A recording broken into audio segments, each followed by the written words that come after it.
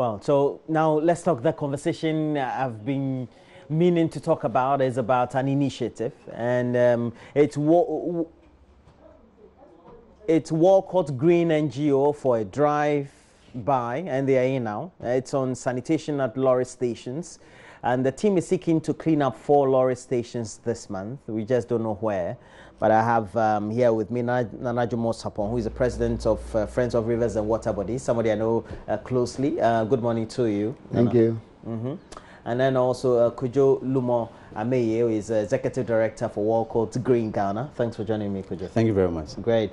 And this whole initiative, I believe, it's for your organization, yes, with yes, support from your friend in here, your partner as well. He has great experience as far as water and sanitation is concerned. So, but what's the whole initiative, Kojo? Yes, we can see by look of things that the issue of sanitation in this country is a bit bad. Yes. People are not too conscious about the immediate environment. And so Walcott Green stands for sanitation and environment. Our mission is to impart culture, to end littering, and then beautify where we live. So we decided to come up with this project. We realized that if you are to visit any station, lorry station, you could find that these are places that people try to connect to other places, but these areas look very bad. Unlike other places like the Achimota news station, there's a management that manages the whole station.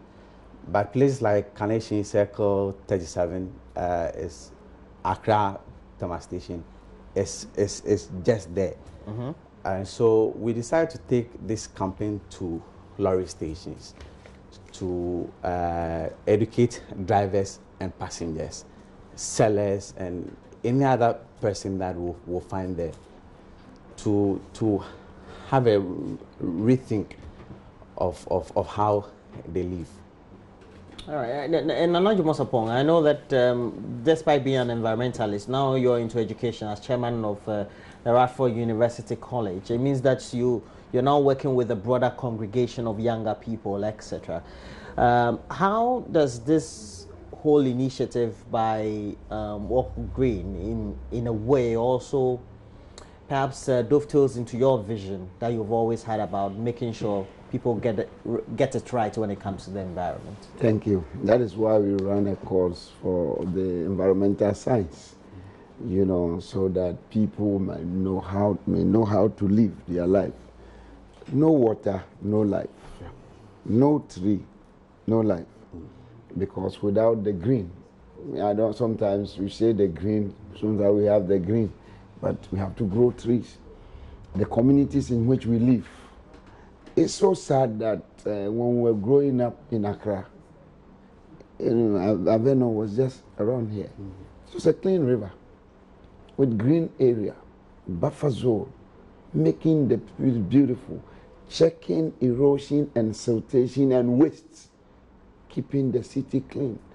No gutter with drain with all those waste inside. There was a natural checks and balance to protect the stream, but we filled all those places, change it to drain. So every paper, every waste, every leaf is find a place to go. And that is why every place is dirty.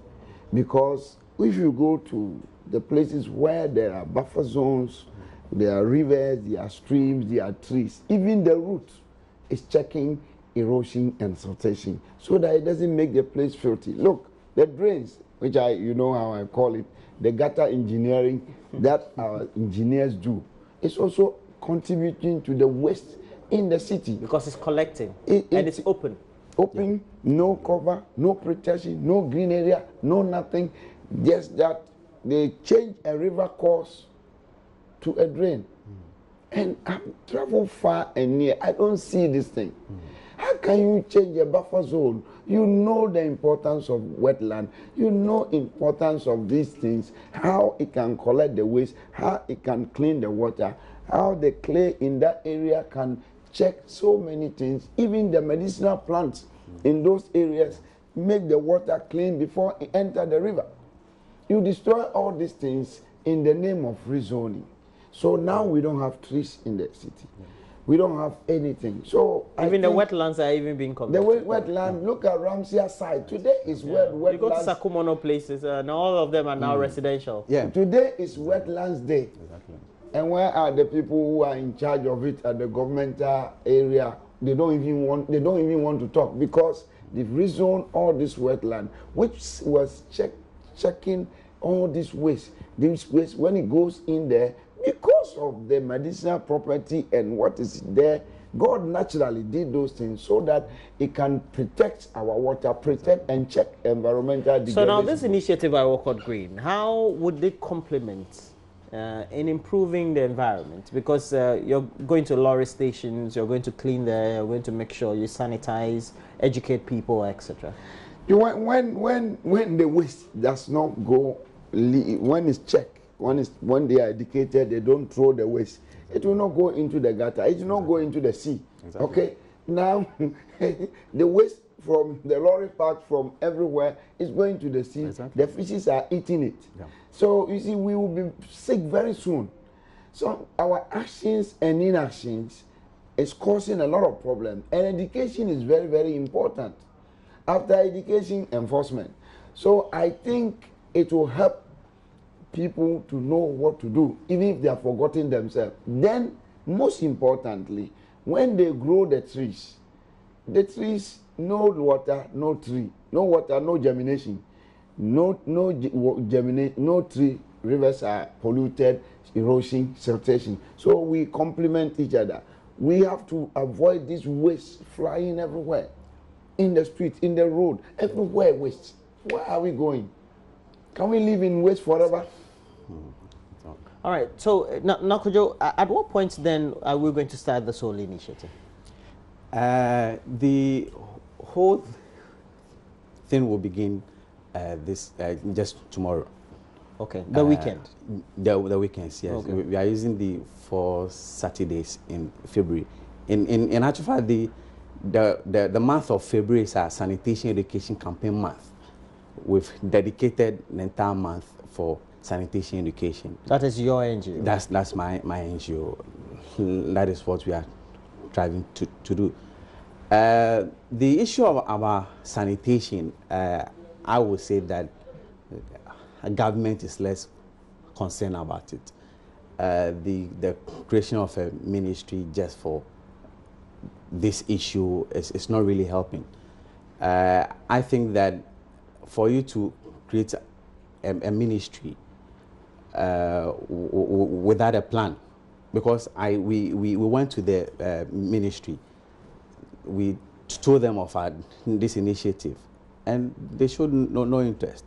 So it means that the issue about sanitation, they want to fight it. It's just mere talk. Just lip service. But at the end of the day, we know that the GPRTU, they manage the stations. Yeah. Are you collaborating with them? Yes. We've had contact with them, and they are helping. And then the assembly, LADMA, 37 falls under LADMA. So you're using 37 as the first? At the first. You're going to clean there? We are educating. Okay. For now, we are educating. Okay. Then that's on the 3rd, that's tomorrow. Then on the 10th at Circle, will be at Circle. Then on the 17th at Carnation. Then on the 24th will be Are you getting support? I mean financial support? Not really. Okay, you're just doing this on your own? Yes, we are just doing it on our own. And funding has dried up for many of these initiatives, even from the more developed countries. But it also means that, and you have talked about attitudinal change, and I think I've known you for 18 years now, or 19, this is our 19th year, and it's always about how we think as a people and how we need a change of attitude. Now, even today being coincidentally World Wetlands Day. How do we do the education or the sensitization in such a way that people's behavioral change patterns will come to bear in the way they behave in the environment? Okay, all over the world, not only in Ghana. We go to school to get educated so that we know 1 + 1 is 2. Yeah.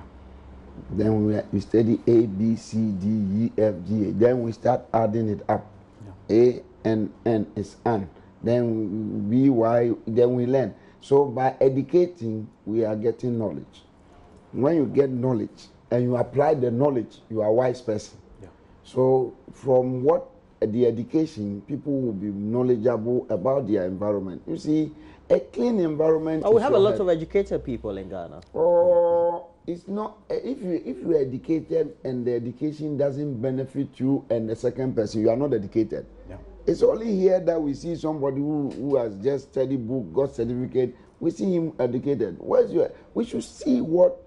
Okay, a mechanic who didn't go to school, he is educated in fixing car. Okay, and he can fix a car.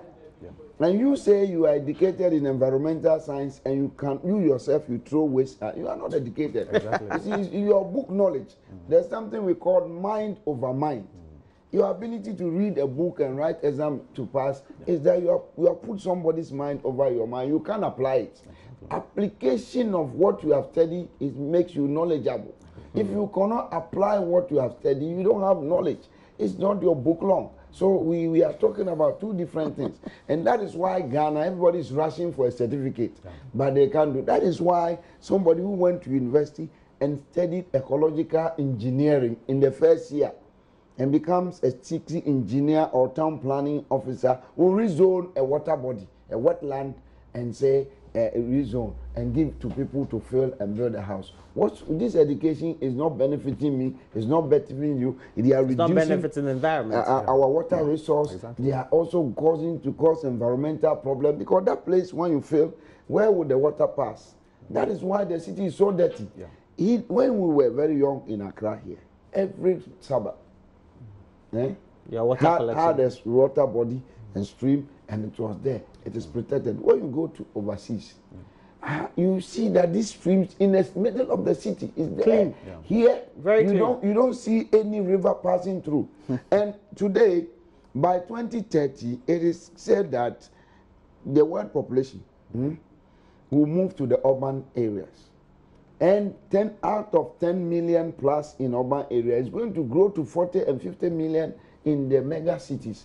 If today we are having this environmental problem, then how would we live in that era? Yeah. Okay. So the problem is getting compounded, it's getting aggravated, and it is going to be embalmed.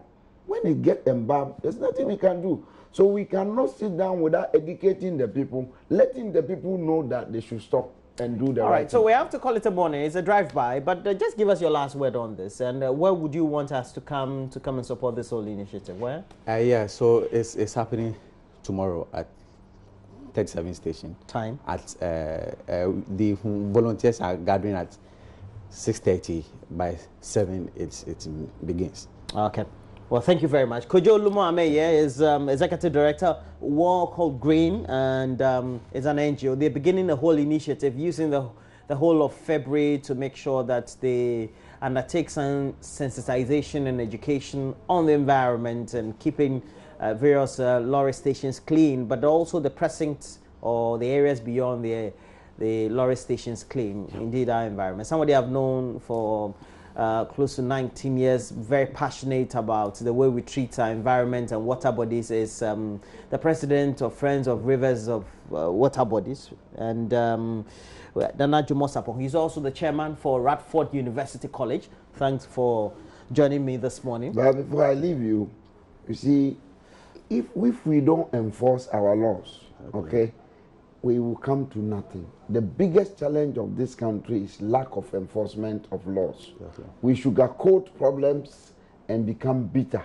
We say we are working, we are not working. So all the public servants and the civil servants, once the president say we should want to see Ghana clean, his officers and appointees should make sure that that thing is done, because the king's word has power. So those people who have been appointed to make sure this place is clean must do it, or very soon we'll make a looter on them. Thank you very much. And that's a conversation. But we have another conversation, and it's about if you've broken up with somebody or your exes, so to speak. Do you still keep in touch with them? Do you still need to keep their numbers on your phones, on everywhere, your contacts, etc.? You want to just beep them, give them messages, etc. So we'll be taking position. Myself, Mama Vio Sabwaji, and then we have our Roverman team in the studio to give us great support on this conversation. But it's your birthday in advance. Felix Kwabena, a front Sam of Insawam Road Church of Christ. You're also with the Ghana National Association of Teachers. You're with the headquarters here in Accra. It's from your wife, Margaret, and your children, Derek Akosam, a lead producer, very stubborn, Sarah, Barbara, and Janet. Wherever you are, Uncle Felix, have a great morning. Please talk to your son Derek a lot more of the times. And thanks for being a great dad, he says. Well, I asked him a favor yesterday, he refused, so it's not a young... Well, we're taking a break. When we come at that conversation about keeping your exes and keeping in touch with them, is that the right way to go? So we'll be all up in a bit. Thank you.